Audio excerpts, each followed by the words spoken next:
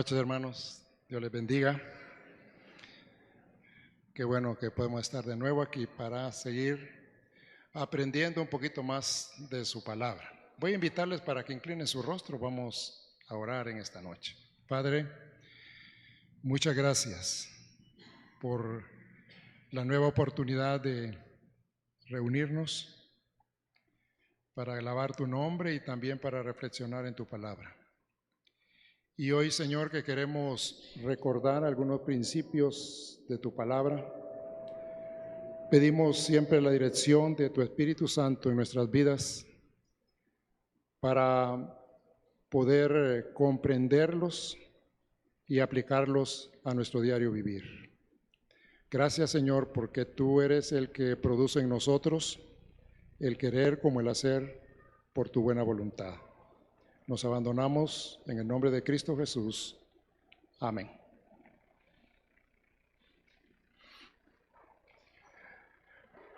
Hermanos, coloquen ahí el hermano Misael anunció que se iba a terminar este tema de familia hablando un poco acerca de la economía familiar. Así que hoy vamos a hablar de algunos principios que ya son conocidos por ustedes, que cómo manejar las finanzas en el matrimonio. Este es un tema amplio realmente. Hay mucho contenido, hay mucha información acerca de la economía familiar. Pero hablar de las finanzas siempre ha sido un tema bien delicado y escabroso de abordar. Frecuentemente tratamos de evadirlo porque de alguna manera nos incomoda y no nos gusta sentir que estamos siendo como vigilados o supervisados con los recursos económicos que manejamos. Hay una como cierta aversión cuando se habla del tema económico. El dinero o el recurso económico siempre será muy importante en el matrimonio, en la familia. Sin embargo, considero que es imprescindible conocer el impacto que puede tener en nuestras vidas si no aprendemos a manejar correctamente la economía en el matrimonio. El dinero, hermanos, es necesario y es una parte del plan de Dios para la familia. Así lo diseñó el Señor. Es solo el amor al dinero y el mal uso y su mal uso lo que resulta destructivo. No es el dinero en sí, sino el amor al dinero y su mal uso. Salomón escribe en Eclesiastés, en el capítulo 5, versículo 10, el que ama el dinero no se saciará de dinero, y el que ama el mucho tener no sacará fruto. Si usted se fija bien, no está diciendo el que tiene dinero no estará satisfecho. Tampoco está diciendo ni aquel que tiene mucho estará satisfecho. Dice el que ama el dinero, el que ama el mucho tener. Entonces la palabra clave aquí en este versículo 5:10 de Eclesiastés es amar, que literalmente significa desear o anhelar fervientemente. Y alguien que tiene esa aptitud de anhelar, de desear fervientemente el dinero, entonces se convierte en una persona que ama el dinero. Es lo mismo que dijo el apóstol Pablo allá en 1 Timoteo 6:10. ¿Recuerdan? Raíz de todos los males es el amor al dinero, el cual, dice, codiciando algunos se extraviaron de la fe y fueron traspasados de muchos dolores. O sea, el amor al dinero tuvo también impacto en algunos creyentes, de tal forma que dice que abandonaron la fe en el Señor, y no solamente eso, dice que fueron también traspasados de muchos dolores. Está comprobado que el amor y el mal uso del dinero es el origen de muchos problemas que hoy enfrentamos. Y esto, hermanos, puede ser tan cierto para los solteros como también para los casados. Por eso, ojo, hay que tener mucho cuidado con el dinero. Hay algunas verdades que debemos entender cuando amamos las riquezas. Y una de ellas es que las riquezas, el que ama las riquezas nunca tendrá lo suficiente, siempre querrá un poquito más. Nunca estará satisfecho, por mucho que tenga. Si se le pregunta, él dirá, bueno, quiero un poquito más, porque realmente eso es lo que hace el dinero. No nos permite sentirnos completos, sino que siempre queremos un poquito más. Y al final experimentará el vacío del alma que definitivamente el dinero no puede llenar y satisfacer. ¿Por qué? Porque solo Cristo realmente llena y satisface el corazón. Yo no sé si ustedes recuerdan aquel canto de antaño, solo Cristo satisface mi transido corazón. Por cierto, ya días que no lo cantamos. Solo Cristo satisface mi transido corazón. Pues Salomón, hermanos, siendo quizá el hombre más rico que ha existido sobre la tierra, experimentó en carne propia esta realidad. Todas sus riquezas y todo su poder nunca le dieron satisfacción del alma. Tuvo que volver su corazón de nuevo a Dios para encontrar la verdadera satisfacción.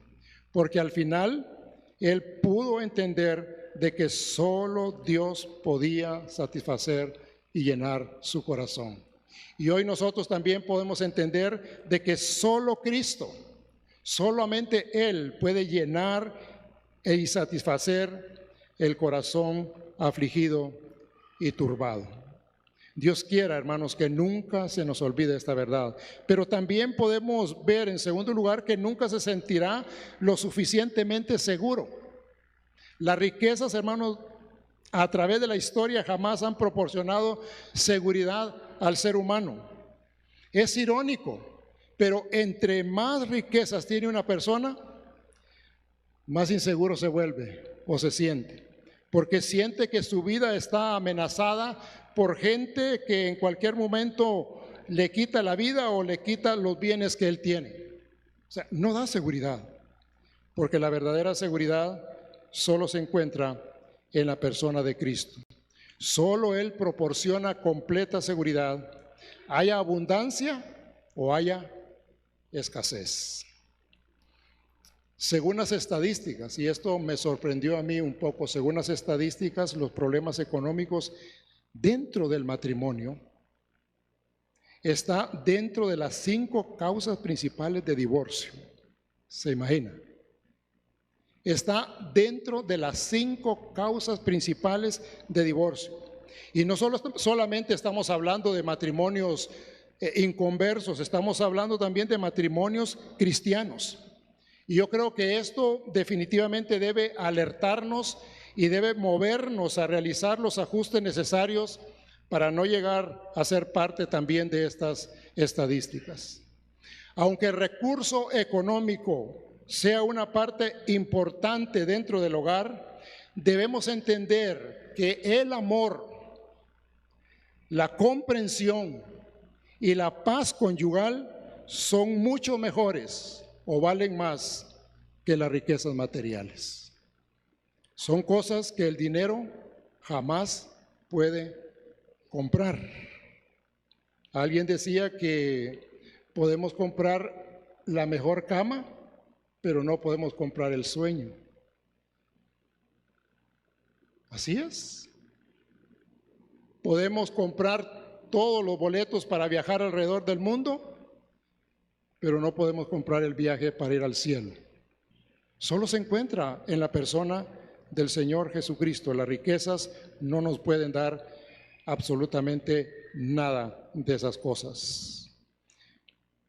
También el proverbista nos dice que es mejor tener un pedazo de pan en la mesa y no un banquete donde hay pleitos y rencillas. Y yo en esta noche quiero compartir algunos principios bíblicos que ya son bien conocidos, pero que nos pueden ayudar a manejar mejor la economía en el matrimonio, y eso mostrará al final un aspecto de nuestro andar cristiano. Y estos principios que vamos a considerar en esta noche, hermanos, son principios que se basan en una mayordomía saludable. ¿Por qué es una mayordomía saludable? Porque reconocemos en primer lugar a Dios como el dueño de todo. Reconocemos a Dios como el dueño de todo. Reconocemos a Dios como el proveedor de todo lo que nosotros podemos tener, y reconocemos también que nuestras vidas y todo lo que tenemos le pertenecen a Dios, no a nosotros mismos. Vamos entonces a ver el primer principio bíblico que nos ayuda para manejar mejor la economía en la familia. Primero es honrar a Dios con los bienes y recursos que nos ha dado. Proverbios, el capítulo 3, versículos 9 y 10 dice: honra a Jehová con tus bienes y con las primicias de todos los frutos, y serán llenos tus graneros, y tus lagares rebosarán de mosto. Hermanos, si queremos gozar de la bendición de una estabilidad financiera en el hogar, necesitamos comenzar bien. Y esto tiene que ver con honrar a Dios con los bienes que Él mismo nos ha dado, mostrando fidelidad en diezmar y ofrendar para la extensión del Evangelio y de su reino. Yo no sé si esto lo va a incomodar a usted, pero es necesario decirlo. La buena administración de la economía familiar comienza honrando a Dios con el fruto de nuestro trabajo. Muestre fidelidad dando lo que a Él le corresponde. Al final de cuentas, todo es de Él, nada es nuestro. Moisés le dijo al Señor: de lo recibido de tu mano te damos. Reconoció Moisés que nada era de él, que todo le pertenecía al Señor. Así que de lo recibido de tu mano te damos. Y esa es una manera de poder honrar al Señor. Y el versículo 10 nos dice Salomón que hay prosperidad para el que honra a Dios con las primicias de su trabajo. Y cuando hablamos de prosperidad no estamos hablando de esa falsa prosperidad que se pregona por ahí. Dele al Señor y Él le dará el doble o el triple. No. Estamos hablando de esa prosperidad saludable que permite a cada familia tener lo necesario para salir adelante. Hermano, ningún recurso es nuestro, ni nuestra propia vida es nuestra. Todo le pertenece a Dios. Nosotros sencillamente somos administradores de cada uno de esos recursos que Dios ha puesto en nuestras manos. Pero con facilidad se nos olvida esto, ¿verdad? Y comenzamos con una actitud prepotente a hacer con lo de Dios lo que nos viene en gana. Hermanos, la forma en que administramos nuestras finanzas es una expresión externa de una condición espiritual interna. Vuelvo a repetir esto. La forma en la que administramos nuestras finanzas es una expresión externa de una condición espiritual interna. Alguien que diezma y ofrenda no necesariamente es una persona espiritual, pero aquella persona que se desobliga de este privilegio, porque realmente, hermanos, para nosotros este es un privilegio, no es una carga, no es una obligación, es un privilegio. Pero alguien que se desobliga de esto tampoco puede alardear de una vida espiritual, porque la buena administración de la economía familiar será una expresión de una condición espiritual interna. El Evangelio de San Lucas en el capítulo 16, 10 nos dice lo siguiente: el que es fiel en lo muy poco, también en lo muy poco es fiel. Y el que es y el que es, y el que es fiel en lo que más es fiel, ¿verdad? También en lo más es fiel. Entonces, hermanos, le voy a leer bien el versículo, creo que no lo leí bien, ¿verdad? El que es fiel en lo muy poco, también en lo más es fiel. Y en el que lo muy poco es injusto, también en lo más es injusto. Hermanos, si en lo poco nosotros todavía no hemos aprendido a darle al Señor nuestros diezmos y nuestras ofrendas, difícilmente seremos fieles también en lo mucho. Y no nos vamos a detener a debatir en esta noche si debemos diezmar o no debemos diezmar. Ese es otro tema. No nos vamos a detener en eso. Pero yo sí le digo a usted en esta noche que si tiene problema con el diezmo, entonces dele al Señor más del diezmo. Al final, el pueblo de Israel le daba el 23, 1/3% al Señor. Así que el diezmo para nosotros vendría a ser el mínimo. Pero si usted dice que eso era de la ley, que esto aquí, que esto allá, entonces dele más del diezmo. Como dice el apóstol Pablo, dele según haya, ¿qué? Según haya prosperado. El problema de muchos matrimonios es que en su presupuesto, si es que tiene un presupuesto, hay una gran mayoría que no maneja presupuesto, nunca aparece el renglón de diezmos y ofrendas. Sí aparece de todos los demás gastos, pero nunca aparece el renglón de diezmos y ofrendas. Siempre se está esperando hasta el final de todos los gastos, de todos los compromisos, para ver si queda algo para el Señor. Y la verdad es que nunca queda nada para el Señor, ¿va? Siempre le quedamos debiendo, le quedamos debiendo. Ofrendar al Señor, hermanos, es más que un acto externo. Es más que sacarse algunos billetes de la cartera. Ofrendar al Señor es una intención del corazón que brota de una profunda gratitud al Señor por la obra de redención que Él ha operado en nuestras vidas. A la iglesia de Corinto, el apóstol Pablo los animó a tener una actitud espiritual al ofrendar al Señor. Pero esto digo, les dijo, el que siembra escasamente, también segará escasamente. Y el que siembra generosamente, generosamente también segará. Cada uno dé como propuso en su corazón. Cada uno dé como determinó delante de Dios dar al Señor. ¿Y con qué actitud lo va a hacer? No con tristeza ni por necesidad, porque Dios ama al dador alegre. Y termina el versículo 8 diciendo, y poderoso es Dios para hacer que abunde en vosotros toda gracia, a fin de que teniendo siempre en todas las cosas todo lo suficiente, abundéis para toda buena obra. ¿Queremos estabilidad y sanidad en la economía familiar? Comencemos bien entonces. Comencemos honrando a Dios, siendo generosos en su obra. Segundo principio.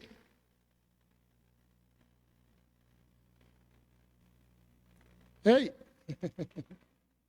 Muy bien. Es que yo les hacía la broma que me decía el hermano, le paso el aparato para que pase usted ahí o usted. No, aquí, nada más que si me duermen le voy a gritar, les digo. Mantener la unidad financiera. Tal vez sea un concepto nuevo para usted. ¿Qué significa esto de mantener la unidad financiera? Las finanzas matrimoniales, según la Biblia, se basan en la unidad. La Biblia nos dice que cuando un hombre y una mujer se unen en matrimonio, ¿qué llegan a ser? Una sola carne. Ya no son dos, son uno. Génesis 2:24. Y esto definitivamente, hermanos, tiene que ver mucho con el asunto financiero. Uno de los conflictos que amenazan la economía en el hogar es que cada quien maneja su propio dinero. Y no solamente eso, se vuelve intocable. Hermanos, de verdad se necesita que haya unidad en el aspecto económico. O sea, que haya una bolsa común de dinero para enfrentar juntos las obligaciones del hogar. Hoy la mayoría de esposas trabajan fuera. Y estas esposas deben entender que ese recurso económico que reciben debe estar disponible para enfrentar junto con el recurso de su esposo los costos que conlleva mantener un hogar. Y no estoy diciendo que el esposo y la esposa no deben tener su libreta de ahorro para cubrir sus costos, sus gastos personales. Lo que quiero decir es que al momento de enfrentar los compromisos del hogar, ambos se ponen de acuerdo y unen sus recursos como una sola carne para salir adelante en esta área tan sensible de las finanzas. Porque sostener financieramente la familia es responsabilidad de ambos cónyuges, no solamente de uno. Cuando nosotros decimos, ese dinero es mío, por favor, no me lo toque. Aun cuando veamos que los ingresos no ajustan para cubrir todo el presupuesto o se presente una emergencia, entonces se estará actuando irresponsablemente porque la estabilidad del matrimonio recae en ambos. Creo que tenemos que ir transformando el mío, el tuyo, por el nuestro. Necesitamos ir transformando eso. Entender que todo es de todos. Que nada realmente solo es mío. Es parte de la familia. Y que todo está disponible para que económicamente la familia pueda salir adelante con todos los compromisos que tienen. Así que lo mío es mío y lo tuyo es tuyo, no cabe en la dinámica de la familia. Todo es de todos, hermano. Debe haber una bolsa común para poder enfrentar responsablemente las obligaciones en el hogar. Increíble, pero hay esposas que no saben cuánto gana el esposo. Secreto de Estado. Ni se atreven a preguntar. Pero también hay esposos que no saben también cuánto gana la esposa. Se convierte en otro secreto de Estado y cada quien allí manejando su propio dinero. Y algunas veces con deficiencias para cubrir un presupuesto, pero eso no está disponible para esas áreas. Hermanos, necesitamos hacer una bolsa común para poder sacar adelante la familia económicamente. Para aquellos que ya están pensando en formar un hogar, es bueno que este tema lo puedan hablar con toda libertad y ponerse de acuerdo antes de emprender una relación de matrimonio, para que no vayan a haber problemas más adelante. Número 3. Elaborar un presupuesto real de los ingresos y egresos. Esto resulta muchas veces en un dolor de cabeza. Si yo en esta noche les pregunto a ustedes cuánto realmente manejan un presupuesto, quizás poquitas manos se levantarían, porque nos gusta y nos hemos acostumbrado a manejar el dinero sin el uso de un presupuesto. Pero hacer eso trae muchos peligros en la economía familiar. Siempre se recomienda que se maneje un solo presupuesto, donde se pueda integrar el dinero de ambos. Por supuesto, si la esposa trabaja, si los dos trabajan. para que de esa manera tanto el esposo como la esposa estén bien al tanto de dónde se va el dinero. Esto ha servido a muchas parejas a abrir los ojos y les ayuda a resolver las presiones financieras que se han creado. ¿Cuál es el propósito de tener un presupuesto? Precisamente eso, es identificar y controlar los gastos excesivos. Es para no salirnos de ese parámetro. Es para saber realmente en qué vamos a ocupar todo ese recurso para salir adelante. Eso nos evitará entonces empezar a tener gastos excesivos. Máxime cuando ya se han adquirido algunas deudas. Hoy la mayoría de matrimonios que ya entran con deudas.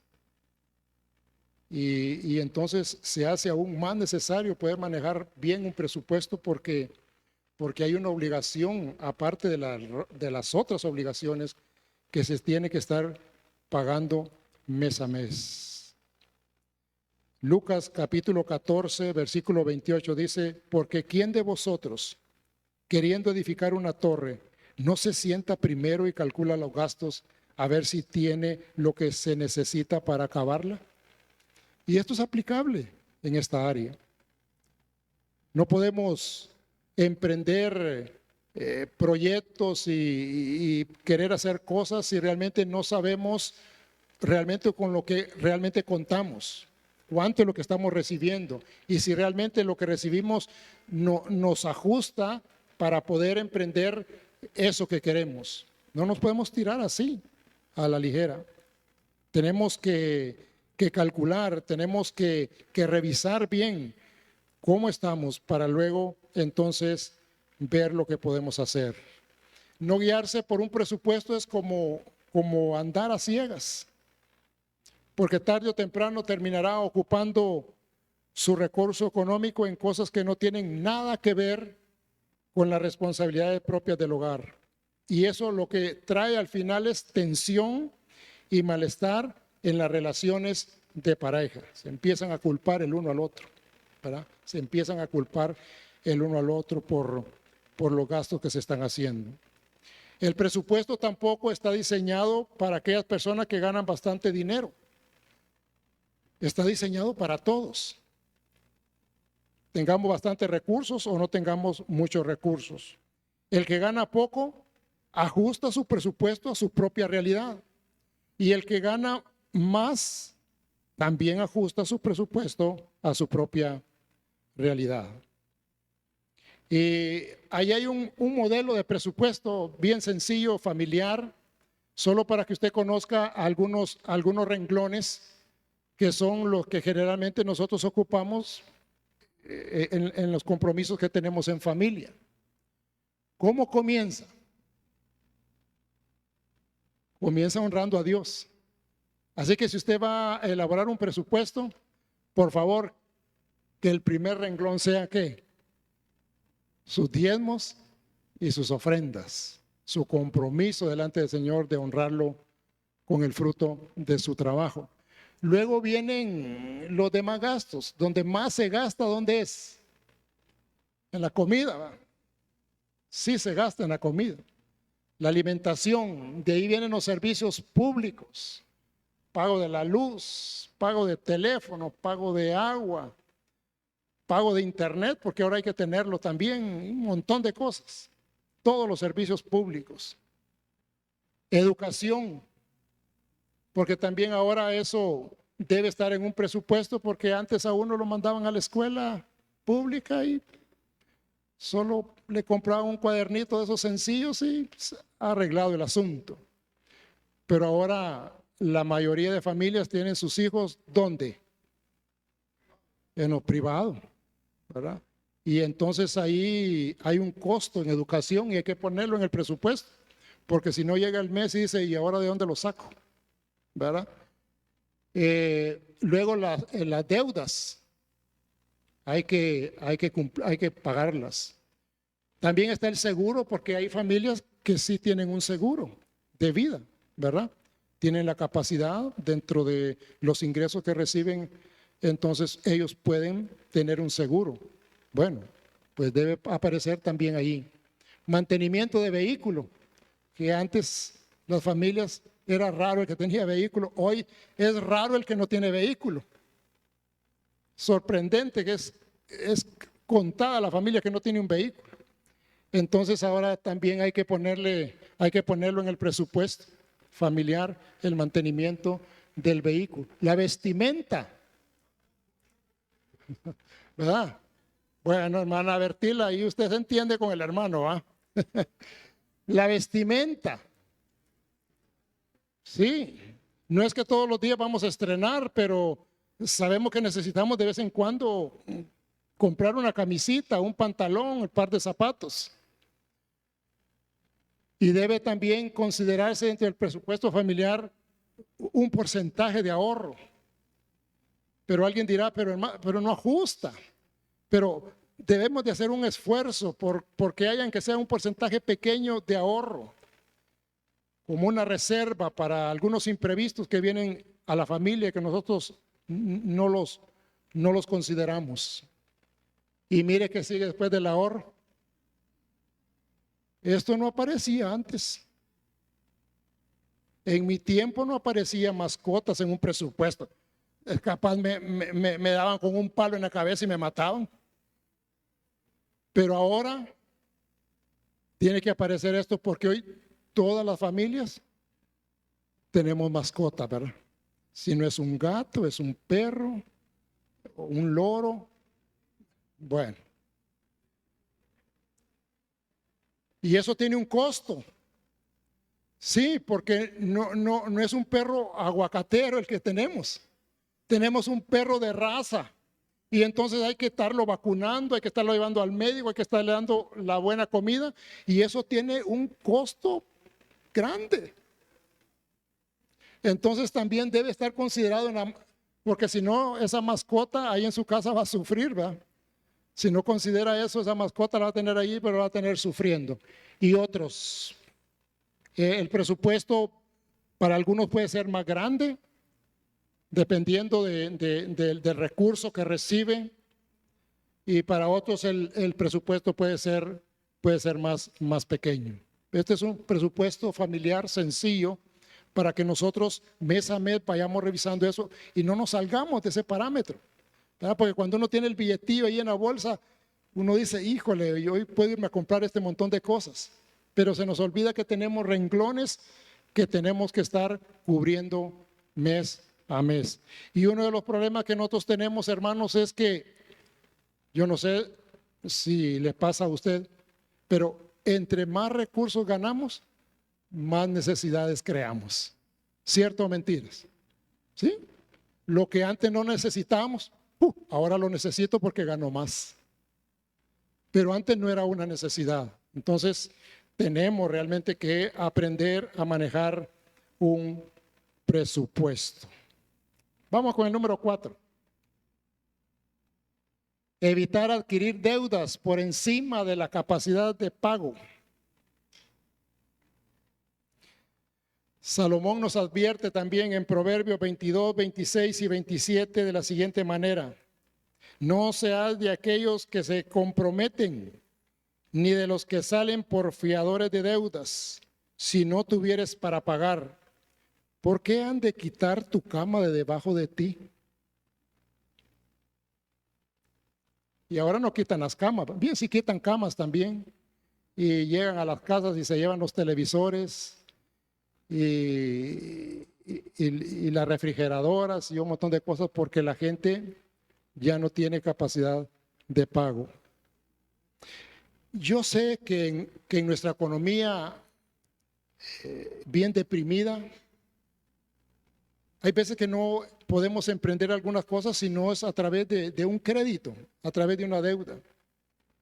Pero si vamos a adquirir un crédito, si vamos a adquirir alguna deuda, que no esté por encima de nuestra capacidad de pago. Que sea una deuda que nosotros sabemos de que podemos manejar y que podemos estarla cumpliendo mes a mes. Los vendedores audaces e insistentes tarde o temprano entran a la casa de cada familia. Somos invadidos por todos lados con ofertas sensacionales, buscando que nos quedemos con sus productos, aunque no los necesitemos o no tengamos capacidad de pago. Esta masiva publicidad y propaganda comercial produce gran parte de la agitación en los hogares. El esposo se entusiasma al ver las ofertas de las cosas que a él le gustan y corre a endeudarse. La esposa de igual manera se entusiasma por aquellos zapatos, joyas y vestidos que están siendo ofrecidos como las ofertas del año y corre también a comprarlos. Cuando cedemos, hermanos, a esa tentación, ahí es cuando comienzan los verdaderos problemas.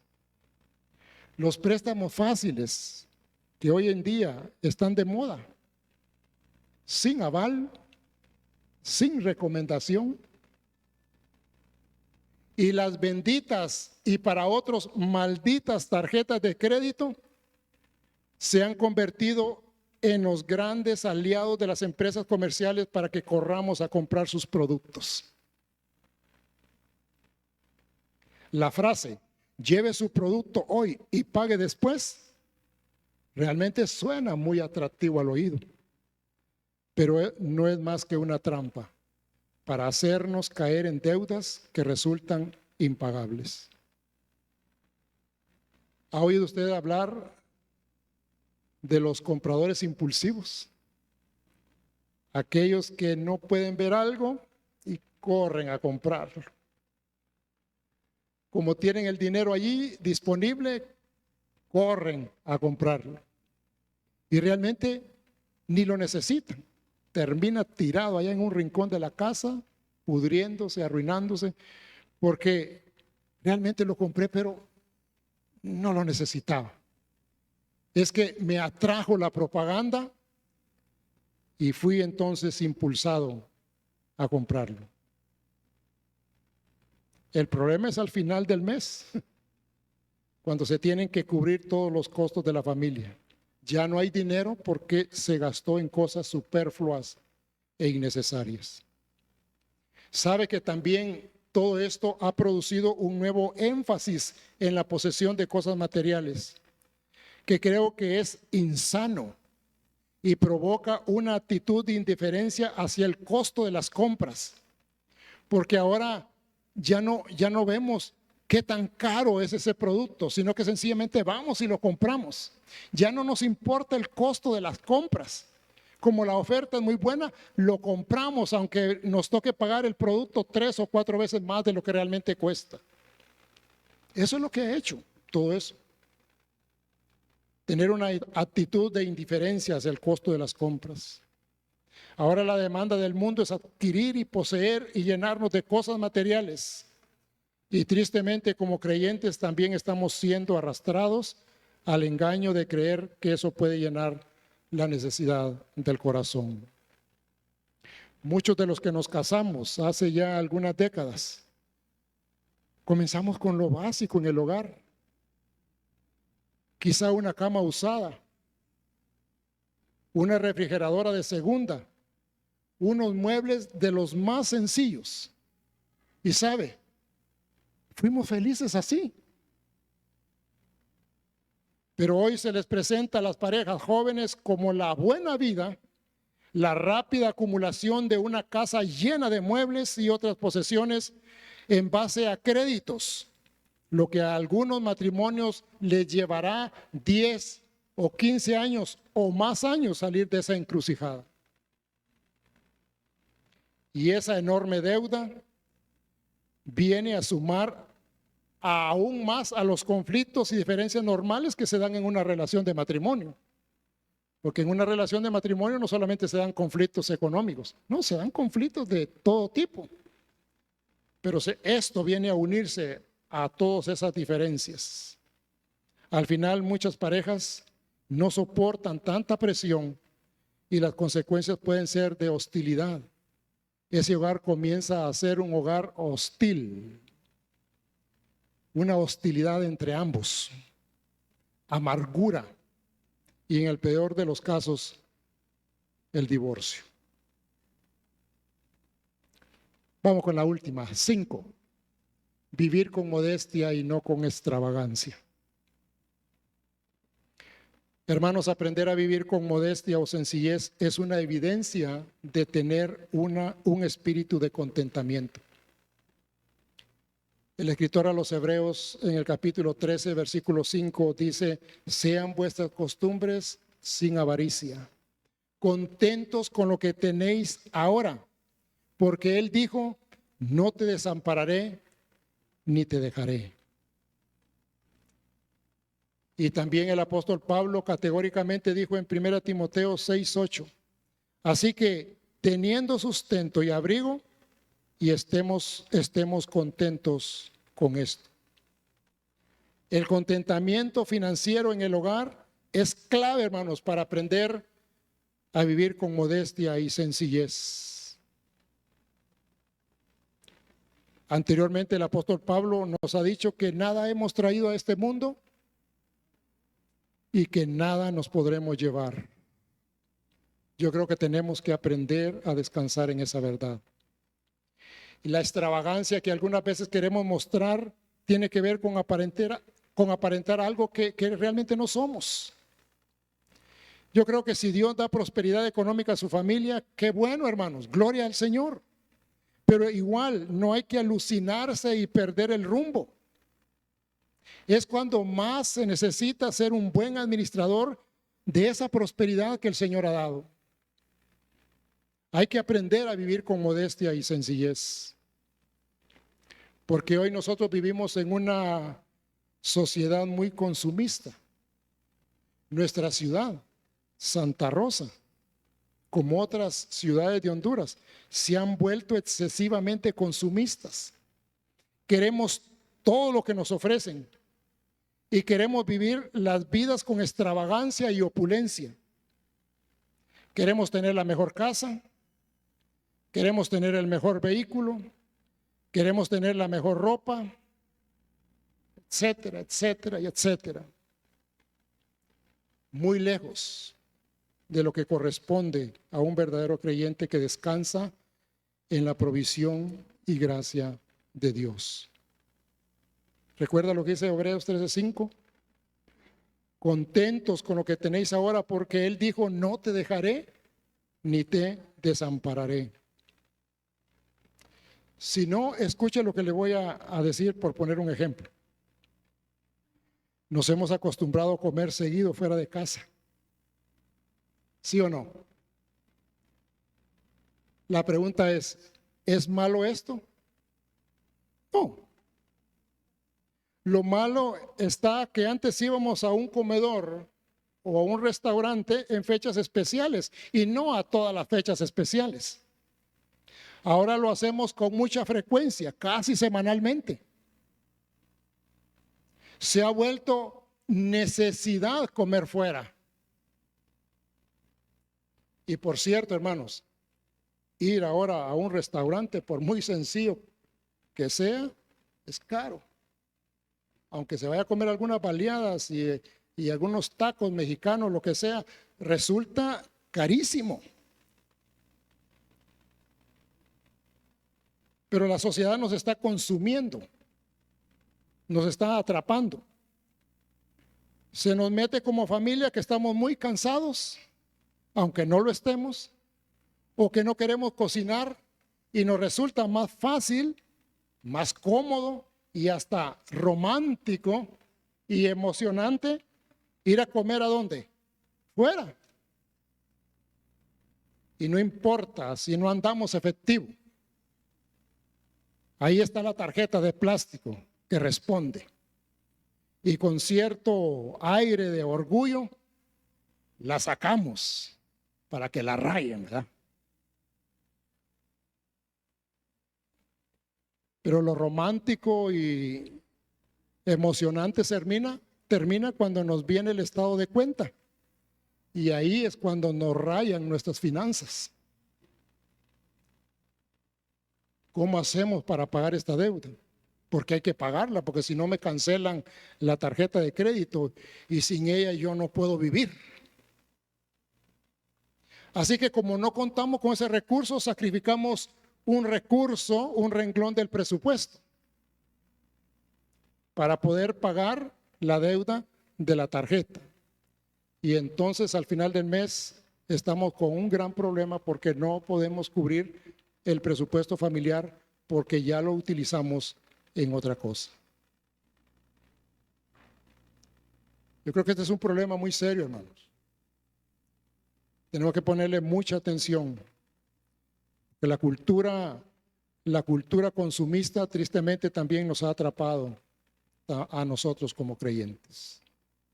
Evitemos ir al compás de la sociedad materializada en la cual vivimos. Necesitamos tomar con mucha humildad las palabras del apóstol Pablo en Filipenses 4, 12 y 13. Sé vivir humildemente y sé tener abundancia. En todo y por todo estoy enseñado, así para estar saciado como para tener hambre, así para tener abundancia como para padecer necesidad. Todo lo puedo en Cristo que me fortalece. Necesitamos vivir de esa manera, con modestia, con sencillez.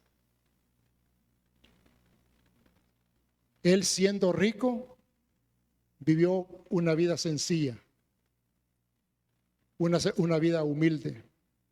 No vivió en opulencia, no vivió en extravagancia. Y Él nos dejó ese ejemplo también como nosotros debemos de vivir. Pensemos en algunas cosas a manera de aplicación para nuestras vidas. ¿De qué manera estoy comprometido con Dios como familia para honrarle con los bienes que Él me ha permitido administrar?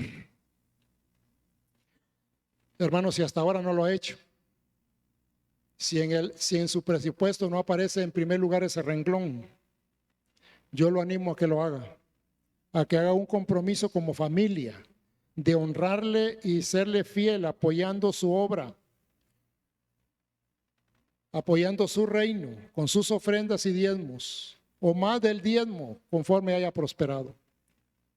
Recuerde, todo comienza con Dios. Comencemos bien entonces. No comienza con nosotros mismos, todo comienza con Dios. Número 2, ¿cómo afronta la economía en el hogar? ¿En forma individual o como una unidad? ¿Se unen ustedes para enfrentar las obligaciones en el hogar? ¿O solamente se la ha tirado a uno de los cónyuges? Es responsabilidad de ambos. Debe haber una cooperación, debe haber una bolsa común donde podemos afrontar juntos las obligaciones del hogar. Y que cuando vienen emergencias, cuando vienen situaciones difíciles, el esposo sabe que puede contar con un recurso de su esposa, pero la esposa sabe que puede contar con un recurso de su esposa para atender esa emergencia. Pero qué triste es cuando la otra persona dice, esto es mío. No, mire a ver cómo le hace.